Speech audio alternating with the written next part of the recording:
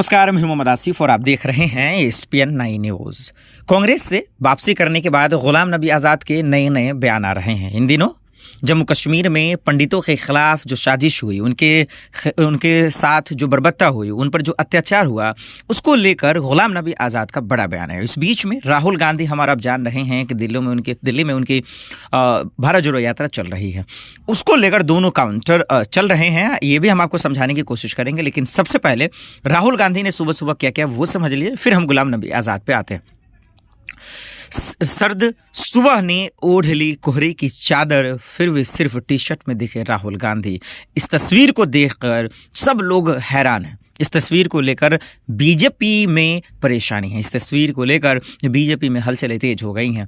और वहीं गुलाम नबी आज़ाद, जो सबसे बुजुर्ग माने जाते थे, तजुर्बेकार माने जाते थे, और ठीक कुछ ही महीनों पहले जिस तरीके से कांग्रेस का उन्होंने दामन छोड़ दिया, उसके बाद बहुत सारे सवाल आए कि वो बीजेपी में जाएंगे, वो फिर से वापसी कर लेंगे, सोनिया गांधी का बात मान लेंगे। और इन बीच में उनका सबसे बड़ा बयान है। जरा बयान सुन लीजिए कि गुलाम नबी आज़ाद ने क्या कुछ कहा।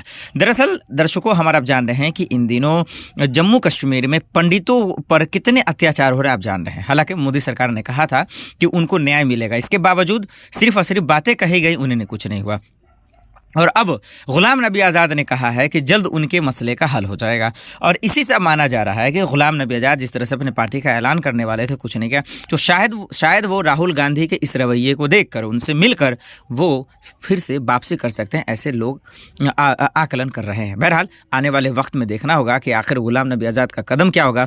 और दर्शकों, मैं इसलिए कह रहा हूँ क्योंकि हमारा आपने देखा कि कैप्टन अमरिंदर, जो पंजाब के पूर्व मुख्यमंत्री रहे हैं, वो किस तरीके से कांग्रेस से इस्तीफा दिया, फिर उसके बाद बीजेपी में शामिल हो गए। हालांकि उन्होंने भी कहा था हम नहीं होंगे। तो इसी चीज़ों को देखकर अब ये हलचलें तेज हो गई। देखते हैं आने वाले वक्त में क्या कुछ होता है।